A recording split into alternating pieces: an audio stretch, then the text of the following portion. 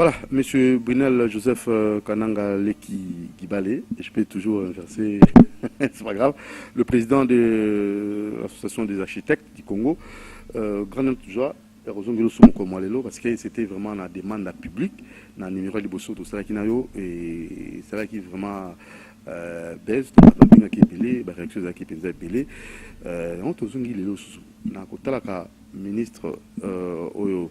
Atali makambo ya urbanisme monsieur Kokonyangi na mokano azwaki ya kotala penza bandako oyo ezali kotongama na kolanda norme te et tungali to mirape koyoka na ngambo na yo likanisi wana no ministre Kokonyangi azwaki soki méthodologie à travail wana bino en tant que architecte.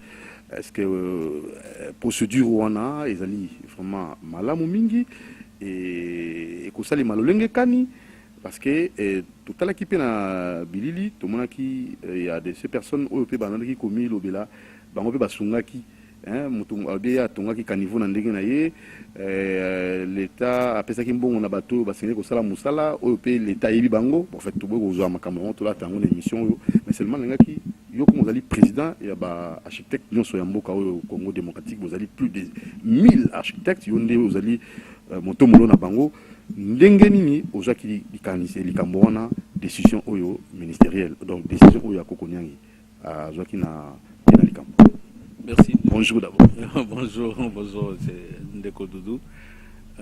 Omoni namboka na biso il faut tout ça l'effort vraiment tous à la kate bateau yo ce qui mokambi mo gouvernement a eu décision to personnaliser ngo et comme la combo ya mutuana parce que ministre Kokonyangi azali ministre aza représentant au gouvernement donc à cause de la décision te karabo ya la muti na tongo a eu décision yemoko donc tout le que gouvernement a eu décision mais yeba que gouvernement azali na pouvoir les sols et les sous-sols ezalaka à l'état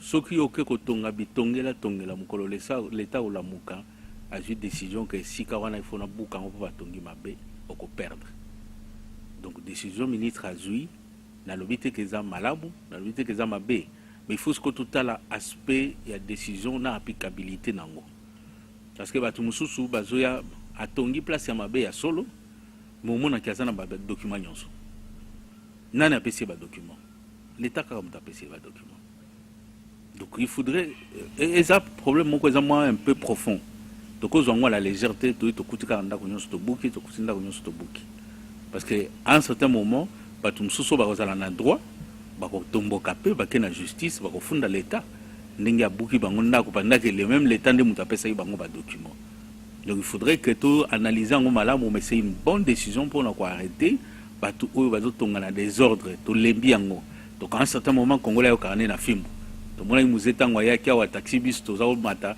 batu ba jambes croisées mitango ka muzea telema ki ba beta batu ba fimbo au moni que discipline ekota tilelo dans taxi bis au mona so batu ba jambes croisées dans un certain moment l'état il faut tellement et c'est encourager décision ziwana l'état vraiment tellement landelango tina ba quartier nyonso batu bazo tonga likolo ba caniveau bazo tonga ko barenzela batu msusu ba bisinga côté moko na monga fula mutu alamuki na tongo lokwa comme na mbongo a venu à clôturer à côté on a le pango na ye. Il y a des gens comme ça, il faut pas la punir. L'État, il faut aller extrêmement tracteur place sans pitié baboukango. Donc ça les maranango partout na bambo kanyon sur ça les maranango. Voilà. Ça c'est bien, la décision ministérielle, c'est bien bon, mais seulement to monaka parce qu'il y a des ministres, tant on a ministre à tonga kabongo. Tant on a les souté Banimba Bouka Sika Oyo et Sika Oyo ya Tonga Kamabe. Alors Sika ba décision pourquoi deux poids deux mesures. Tango bazali ko appliquer ngo, il faut pas beta mbata na bato nyonso azala colonel, azala général, azwa mbata. Bon, ndeko Doudou kozala colonel, kozala général, kozala ministre, mutu mo azali kolami be kwazate. L'état azali l'état, l'état azali kolo mutu nyonso. Ozala général, général aza mutu faut pesa ndingisa. Colonel Azamutu faut appeler ça Ningisa. D'ailleurs même l'armée, je crois que bateau baza le plus discipliné dans mon kilo eza bateau baza dans l'armée. Et l'armée ils a n'importe qui te pour comme colonel ils a n'importe qui te ou comme général ils a n'importe qui te. Baza ba officier supérieur il y a mboka. baza ba konziminene baza ba grand intellectuel na limité que général penza malonga côté le makaka boye akaka tonginda kuna e bitongela te ako se référer na ba technicien ba kopesa ba conseil akende pe na l'état ko tuna esikane ni akotonga nda kuna ye. Donc likambo wana koloba ke général atongi ministre atongi ba bukate non, l'état soki a lobby a eu décision omoni eloko ba benga na construction ba benga expropriation na ete na lingana na lobango ndeni soki par exemple l'état lobby na lingna tonga nzela moko elongwa awa na kitambo a tracé nzela netine échangère. L'état soki a décidé mokili nyonso akolobisa bino bato bozana banda ko na bobi yo ozana trajectoire nzela na lingna sala pour l'intérêt public allez bolongola banda ko na bino mais indemnisation ezalaka bazong c'est la rabato mbongo na parce que l'état mabele za yaye. Donc tokolo baté que muntu po aza mukonzi akende ko tonga bitongela non, ça peut pas passer. Tous en 24 communes. Dans 24 communes, en tant qu'expert en matière, M. Brunel Joseph, Gibale Kananga, Ndenge Mama Lydia, vraiment na prononciation malamu mingi. Commune nini oyo bato ba ko tonga banda ko étage. Dans 24 communes. Puis commune nini oyo banda ko étage ko tonga maté. Bon, le plan directeur tous en ango ya ville Kinshasa ils a vraiment dépassé. Parce que tant que Salima qui na Kinshasa wa tozaï na 400 000 bateaux. Mais le reste combat 12 millions. Toujours qu'il na 13 millions. Donc kolobake commune ni ba ko tonga en étage, commune ba ko tonga en étage, c'est comme moi passé. Mais au moins toyebi na ba ville nyon so minene côté ba benga ka ville basse. Ils a toujours banda kwa milai. Au bandi na Gombe côté à ville. Banda ko za milai ezo kita na gradin. Au pays, par exemple, dans la ville, où il y a 20 étages, 30 étages, gratte-ciel, au Kiti, côté Balingwa, qui a 10, tout ça, à la périphérie, de mingi, ça dépend, il y a plein d'urbanisme au Bossala. Dans tout ça, on a un système, il y a toile d'araignée. Au moins, le Njili. Donc, on a un quartier 12, on a un quartier 1. On a un pour l'année. Parce que nous, tu nous apprendre. Njili, on a un système à toile d'araignée. Donc, aujourd'hui, quartier 1A, aux autres tournées, c'est quoi? Aux autres tournées, il y a quartier 2, quartier 3, quartier 4, aux autres tournées, le cercle. Mais ça, la de façon hasardeuse. Non, exact, hasardeuse. Bien étudié, c'est bien planifié. Les urbanistes, vraiment, on a travaillé très bien commune Njili. S'il y a des communes où ils sont bien lotis, les communes Njili, les Ngiringiri, les Kassavubu, c'est très bien loti. Mais ce qu'on a Kassavubu, Ngiringiri, c'est un système à maille, donc carré rectangle. Au moins avenue Benze Landi Moninga, avenue Landi Moninga, Oikatisi. On a le système à maille. Mais le système Njili, les toiles d'araignée. Donc, ça dépend maintenant, il y a ville à Kinshasa, quel système autour de l'urbanisme. De l'objet côté que vous allez densifier, c'est-à-dire place par immeuble et miner et kozala et belé. Côté to bandi ko kita, to comme na moyen, to comme na 1 plus R plus 1, to comme to kititi na ville basse, après to comme na côté ba résidentiel. Donc la ville de Kinshasa, ce qu'on tali bien, Mundele Tango a défini ça. Au moment que Gombe, côté à gare centrale, les a immeubles. Mais comme côté à Royal, na ciment, côté à fleuve, les a kwase. Mais boulevard Mobimba, ba autorisé, ba tout ça là-bas immeuble. Mais à part boulevard, côté Nyon, sur le part et d'autres, les a kwase. Ce qu'on y a na Kitambo magasin, comme on a qu'ils banda kwase, pardon, Kitambo en général. Ma campagne, ils ont banda kwase, mais ils ont un étage ou 2 étages. Na pigeon dengue moko. Donc jusque là na ville de Kinshasa, place où ils allaient qui vraiment oyo bakoka ko tonga ba immeuble les na Gombe. Déjà na Gombe. Mais les lots est commis partout. Ils allaient na bandal mundele salango étage moko. Côté mususu ezana C. Donc ils ont zone moko basse. Donc jusque là tous en a plan moko ils ont défini en Kinshasa place nini et sengeli kotonga ba immeuble et sikani ne sengeli kotonga banda kwase. Vous en tant que président et architecte de Mboka Congo, M. Brunel Joseph Gibale Kananga n'a évité.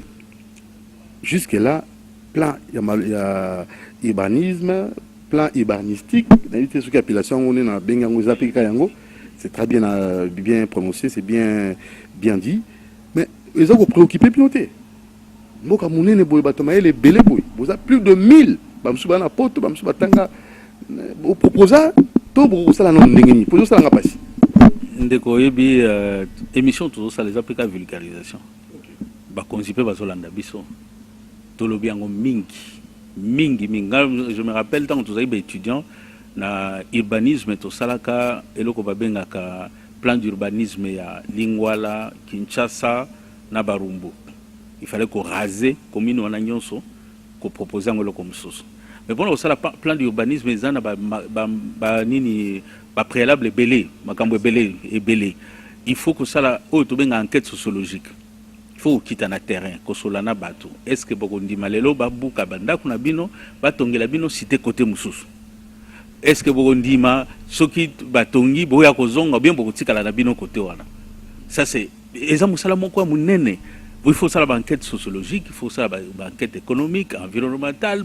Donc ezana makambo belo mona questionnaire mulai basalaka bato ke ko solola na bato place bolingi ko exproprier wana bolingi ko buka pour kotonga. Déjà ba étude des salements na niveau ba étude des ali nango. So ke na IBTP o ke na Isaïe aujourd'hui on retrouver ba thèse wana nyonso to sala. Oyibi mboka mobimba par exemple en Afrique du Sud, l'état ke na kana ba université pour na kozwa maele. Moi je me rappelle quand on a fait un master nangai baninga bazali na chimie Afrique du Sud comment il y a un problème il y a électricité.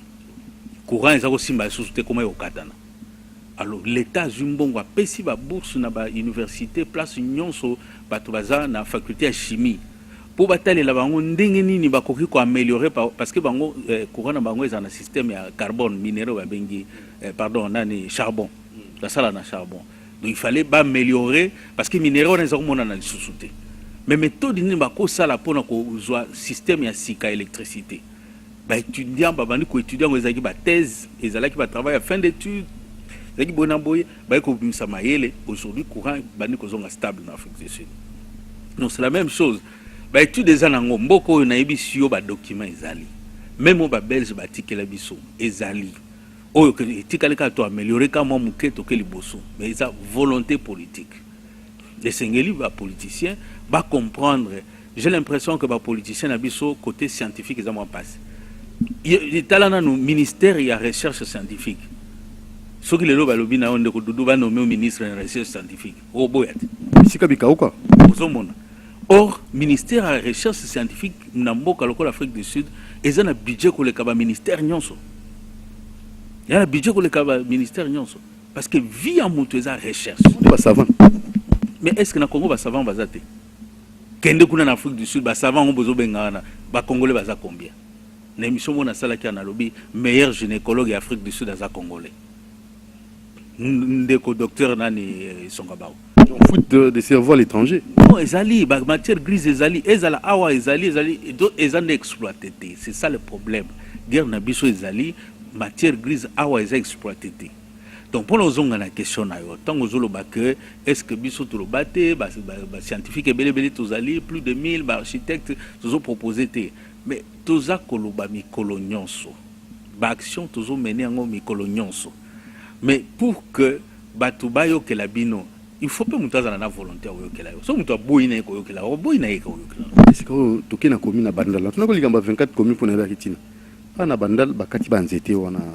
C'est que ko kata nzete wana ba contacta ki bino to eza ndenge ni. Bon, ko kata nzete na mboka na biso ba komisango eloko ya ministère de l'environnement na ebité pona nini. Mais nzete za Bandalungu ba bisenga tuna président Brunel Joseph Gibale Kananga ayisa biso ndenge bazokata banzete na bandalo wana ndenge ezalaki bakonzi bazoki mokano wana eske penza ezali penza malamo longo bani bongo ndeko dudu na yebisa ki jour wana architecte azali mutu o aza ko organiser ba espace vie ya mutu donc etali kaka ndaku te etali kaka jardin te mais etali penzela etali parc public etali ba pont et choses biloko nyonso wana. Mais tant que vous avez un cas de nzete, vous avez un belge l'on nzete na pona nini. Parce que nzete eza ko faire partie de l'environnement. Les autres ans eloko bazo benga réchauffement climatique. Réchauffement climatique eza blague te. Biso tozo vivre en monte parce que tozo na forêt équatoriale, on tozo sakana. Mais kende na poto ba étude mikolo bazo sala comment ko résoudre le problème de réchauffement climatique. Ba pollution ba nini. Muto akoki eloko ko sunga biso na réchauffement climatique eza nzete. Pour nzete nde muto azo dégager oxygène. Tant tout tanga na cours de technologie na kanisi bato ba yebi eloko ba benga photosynthèse. tozomona biloko totanga ngo tokenango wapi mais vie yango wana nzete eza très important pour la vie ya mutu parce que yende mutu azo ko produire oxygène donc toko kata banzete bi katela te c'est pourquoi il faut ba mona toujours ba technicien ba spécialiste dans ba domaine ya environnement ya urbanisme ya architecture pour que ba pesa bango ba leçon nzete ka mutu la muka na tongo bo nzete oyo il faut bokata ngo ezo gêner lo konene fongola nzela ba élargir nzela ba nzela comme embouteillage diminuer. Oui, campagne bazo sala na monde lelo couper un arbre remplacé par un autre arbre. Voilà. Donc so ba sali yango ba kati nzete ba remplacer le mususu problème ya te. Parce que l'état a décidé, c'est vrai, a décidé pour nous sans la monnaie tout le monde na texte africain avenir na ngai oyo. Ba nzete kataba parce que il fallait bailler sans la monnaie. Mais malheureusement, reboisement ça les panté. Et ça les maté. Parce que nzete wana aza ko aider piéton. Tango so tambola, atambola na sia ombre. Nous étions à aider dans la beauté et l'environnement. Nous étions à aider pour résoudre le problème, il y a climat, recyclage et oxygène. Nous étions à aider à Camboué Belé, nous étions à amis à Moutou. En anglais, c'est human friendly. Ils ont amis à Moutou. Nous devons vivre sans été. Au côté de l'Opan, on a des pavements partout. Pas on va civiliser, on va des ciment partout. Parce que le ciment, on a absorbé la chaleur dans le moï. Na butu ezongisi le mulunge nyonso wana et c'est comme ça omona batu mususu moye bavanda na lupango na bango ezala te na pourquoi il faut ba misa ba kiti libanda or ezana ba conséquences ebele tango zo bana no ba adolescent bazobima libanda bakende kovanda libanda na balabala oza ko exposer bango na nini na lemba bana moyi boye batu nyonso bazobima libanda pour mulunge vous avez raison monsieur Brunel Joseph mais est-ce que to tali biso na tongo so bimi biso to mouvement sens moko biso banso doké na Gombe, biso banso tozongi na bandako. Alors, ba mouvement wana, est-ce que bino en tant que vous allez organiser, vous allez bon ça activité, moi le sika nango, ça ne vous préoccupe pas? On a un problème moko na lobelango na kolobelango pe na olembate. Au monde ville na biso, tout est concentré na Gombe. Nous sommes concentrés na Gombe. Magasin est na Gombe. Aujourd'hui alimentation est na Gombe. Administration est en Gombe. Place la direction sur le ministère na Gombe kaka. Il faudrait tout ça là modèle ya Kinshasa 2. Ndimba mboka mususu zo sala. To panza mboka. Tant tozo kene ko tonga cité biloko nyonso eza na Gombe to memi yango kuna. Okomona ke batu bazana posa ko ya kote. Mais problème moko eza de mentalité pe lisusu ya biso ba congolais. Ça parce que tout le monde on a la liberté. Marché liberté tongami koleka grand marché nyonso za kuna me bato ya kana ba kaka souci ya congolais nini non elamba na sombi na Gombe eleki ya na kato ya kato eleki o ya marché de la liberté donc il faut donc musala na Congo ezaka ka ba technicien te ba politicien na biso population bino eza yango na moko soki afungola munga fula eza yango na moko mais biso eza loko ma fierté moko boye ngai na somba bilamba na Gombe bino basomba na cité non c'est pas ça na bamboka o ils ont développé et puis sud-africain musu baza ngana vani na Pretoria sud-africain mais autochtone tout na Johannesburg ezaka a éviter na tout na sud-africain na bi o yebi Johannesburg tena tikala okoma kuna tout ça na âge 60 ans pour nini abilo uni na kweluka kuna parce que tout est à la portée na ye ezala na village ezala wapi esika ya zali classe ezali université ezali marché ezali supermarché ezali biloko akolia ezali et il faut tout ça lango na nengwana mais tant on biso ba technicien tant on biso ba scientifique tout ça ko développer ville na ba politicien na volonté politique population pas à comprendre que si to ba tongelinga sika kotoyo ezaka kandenge moko mito wana ya Gombe longwa pour Gombe ezaka lokola za supérieur te Gombe za nango ka kombo eza nango ka kombo. Alors nanga ki lelo batu ba pe hein pour batu bazo tonga bandaku bazo tonga na éviter en tant que président architecte monsieur Brunel Joseph depuis biso lelo bandaku modèle nini oyo ko biza penza na actualité hein ba construction nini oyo penza na actualité et surtout likambo ya koyeba penza pour batu ba éviter hein ba susu baza na posa ko contacter bino pour la construction, pour la page dans la construction actuelle. Bon,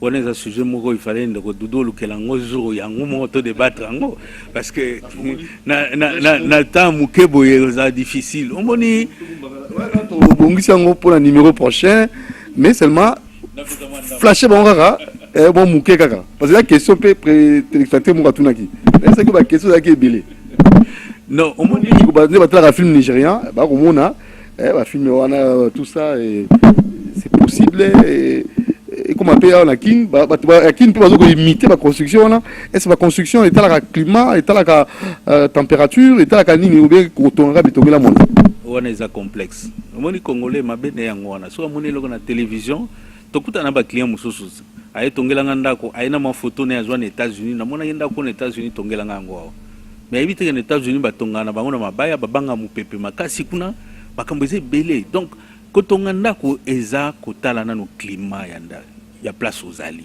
biso za na climat moko chaud humide donc mo eza makasi mais to transpirera mingi so que en Afrique du Sud mo eza makasi mais to transpirer te ba benga on ba climat sec sikoyo tango yo zo ndako ya Nigeria oyebi climat na bango te ba Nigeria ba sali ba toiture désordre oyebi te pona nini ozuo yina ngwa na Kinshasa mu pepe ndenge souffla kuna na Nigeria oyebi te soleil ebimaka côté nini ville ndenge toza awa soleil ebandaka côté ya aéroport ezokende elala côté ya Kinsuka bon biso orientation na biso normalement na climat na biso po tonga ndako malamu ezali nord sud donc mu Congo tena ipene hôtel na fleuve yango nde nord sud salon na yo faut ezala na nord sud ba chambre na yo faut ezala na nord sud côté est ouest de côté au ba service et cause à la toilette et cause à la cuisine et cause à blomso o ezana posa moi makasi mo siko yo ke ne ko copier ndako yo ko chango na Congo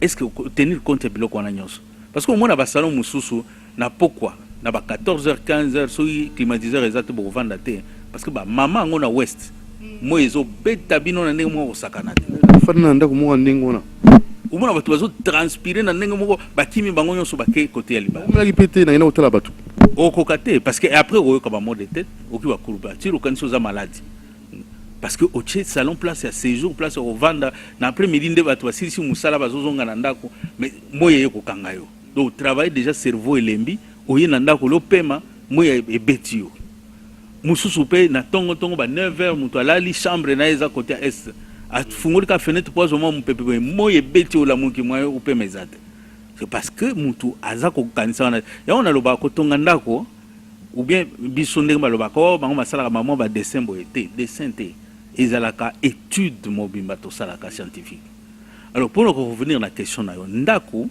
modèle nini ba ndako eza moderne pour na biso ndako moderne ngako lobezate ezate parce que surtout tali bien architecture malonga pour na biso eza ba koko na biso batika bandako ya paille na argile na nzete tala ba vous êtes capable de resala ngopé mais ce qui le lo en Afrique du Sud bandako ya nini ya paille ba milliardaire mutu wa vendre na kati ba ngai na un camarade mo en Afrique du Sud so na kipa na ya za posa climatiseur te c'est ndako ne za paille mais c'est vrai qu'ils sont trop cher pour nous assurance dans les à cher mais c'est question seulement pour améliorer matériaux tous en ango problème le biso est à la canine bi copia biso ba scientifique au lieu tout temps ça mutu tozwa itwana matiti au bazar sale la wana argile comment tu quoi améliorer ango pour que tout bimise le moment moderne il faut tout se focus wana so que na Brésil au kuta banda kwa mabele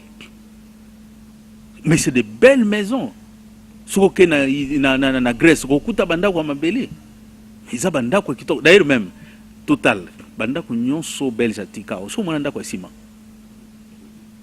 na Gombe na Kalina bandako nyonso eza na ba brique cuite eza nini argile et mabele wana ngwana na ba village na biso ba utiliser kango na avantage nini non argile azawana a supportaka moi akotaka moi te argile moi ko beta yendenge nini akozwa moi wana te mais ciment brique ya ciment azwaka moi ameli na butu pum abimiseli wango c'est comme ça que lelo ba no comme sous bandi ko telema que ciment eza mabe eza cancérigène boyina boye ba scientifique ba comme ko telemelango ba tol eza mabe et tout ça moi mindele romona banda kuna bango résidentiel basaka jamais tol.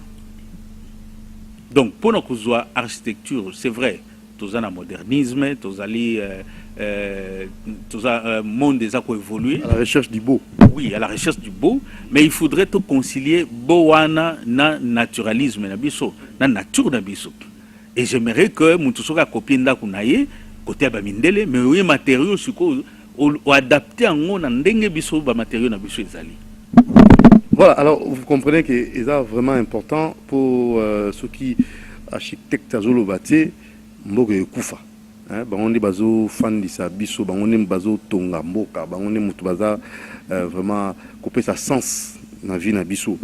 Yango moni monsieur Brunel Joseph Gibale Kananga albi ako lembate ako sensibiliser binu kaka architecte ako lobakaka pour yenda zali président ya ba architecte nyonso ya Congo te boyoka. Alors monsieur Brunel to komina suka na ebité kini ozo ibisa bato balandio pona ba ope bazana bosenga ya ko yeba ko mayele wana ya kotonga na ndenge ba norme e bakoya bakutana na kokonyangi ministre ya urbanisme te na mbeba bako sala ndenge nini po bakutana nayo. Architecte azali formé à ebi biloko na nyonso. Donc na betra cité so ngotonga luka architecte aza formé. Oyo azali vrai architecte biso na niveau corporation to ndimi comme na eza na liste. Oyo tangi na université oyo eza reconnu na UNESCO. Oyo Union des architectes Afrique bandimier, Union des architectes internationaux bandimier. Voilà un architecte. Donc ba yebi ba norme wana nyonso soki ba kutani na bango soki ba za na posa ya kokutana na architecte ba kota na biso en contact ko aider bango ba kutana ba architecte malonga bazali de façon que ba tia ba norme en place tant aux autres ndako na yo ezala te que bitongela luki maçon obi culture moko ezana biso wana Congo soki grand-père azaka na maçon moko atonganda kwa grand-père papa tango akoya koli atongi kana koko wana maçon Électricien bango nyonso ya famille bakitanaka électricien biso ya famille attends tu bana mike yem toza yo bongisa courant lobi kaka ye moko lobi au moins tata moko fatigué sa gumbami na ye oh biso batutanga la voix du mona passi hein RTNC lelo et mona passi référence na bango eza biso batutonga la voix du tango eza la voix du Sahel biso batutonga soza comme mais kako pesa yendako oko regretter parce que aotongelo ndako 1930 azana ba notion wana etikala kaka ya 1930 wana a évité que makambo essaie évoluer.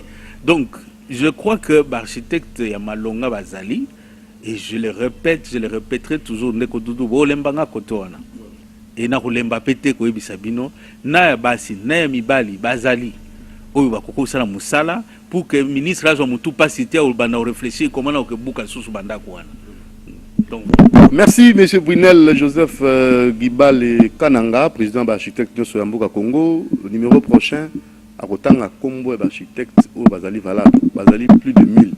Donc, landa biso boza na bokebi pour ka Kombo. Ceux qui ont aïe nanda kunayo, ngatungelo nda kusuka kana katialis on a été boyaï. Alors, à la prochaine occasion, merci à vous qui nous avez suivis. Merci aussi à l'attention religieuse que Maman Lida nous a accordé, Azali téléspectatrice à Liboso à l'émission, et merci aussi à vous tous. Appelez quand vous voulez pour avoir des plus amples précisions. À la prochaine, merci à notre réalisateur Moron Jambé. Ciao.